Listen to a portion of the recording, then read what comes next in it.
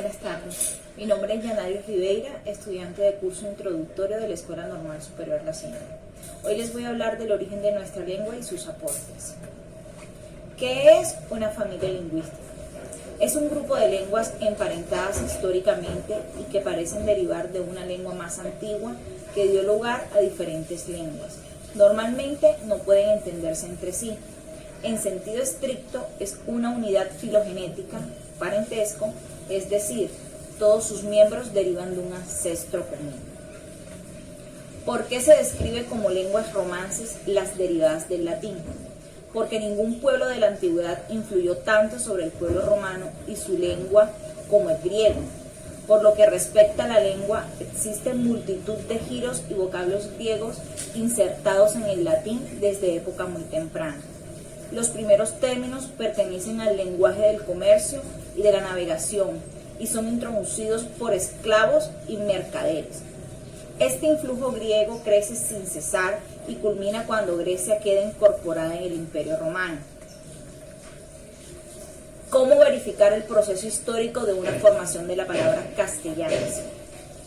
La base del idioma es el latín vulgar, propagado en España desde fines del siglo III a.C., que se impuso ante las lenguas ibéricas y al vasco, caso de no ser una de ellas. De este substrato ibérico procede una serie de elementos léxicos autónomos conservados hasta nuestros días, y que en algunos casos el latín asimiló como cervecia, que es cerveza, braca, que es braga, camicia, que es camisa, lancia, que es lanza. Otros autores atribuyen en la entonación ibérica la peculiar manera de entonar y emitir el latín tardío en el norte peninsular, que sería el origen de una serie de cambios en las fronteras silábicas. Otro elemento conformador del léxico en el español es el griego, puesto que en las costas mediterráneas hubo una importante colonización griega del siglo VII a.C. Por ejemplo, los términos huérfano, escuela, cuerda, gobernar, colpar y golpar, verbos antiguos del origen del moderno golpear. Púrpura, en el castellano antiguo fue pórpora y polva, proceden de épocas muy antiguas. Entre los siglos III y VI entraron los germanismos y su grueso lo hizo a través del latín por su contacto con los pueblos bárbaros muy romanizados entre el siglo III y V. Forman parte de este cuerpo léxico guerra, heraldo, robar, ganar, guiar, guisa. Compárese con la raíz germánica de guais y güey. Guarecer y burgo, que significan castillo, y después pasó a ser sinónimo de ciudad, tan presente en los topónimos europeos como en las tierras de Castilla, lo que explica Edimburgo, Estramburgo, Rotemburgo, junto a Burgos, burguillo, burguete o burgués y burguesía, términos que entraron en la lengua tardíamente. Hay además numerosos patronímicos y sus apellidos correspondientes. Del substrato vasco proceden dos fenómenos fonéticos que serán característicos del castellano: la introducción del sufijo ro, presente en el vocablo como carro, cerro, cazurro, jigarro, pizarra, llevaba consigo un fonema extravagante y ajeno al latín y a todas las lenguas románicas, que es sin embargo uno de los rasgos definidores del sistema fonético español. Se trata del fonema ápico alveolar, vibrante múltiple de la R. La otra herencia del vasco consiste en que ante la imposibilidad de pronunciar una F en posición inicial, las palabras latinas que empezaban por ese fonema lo sustituyeron en épocas tempranas por la aspiración representada por la H en la escritura, que con el tiempo se perdió.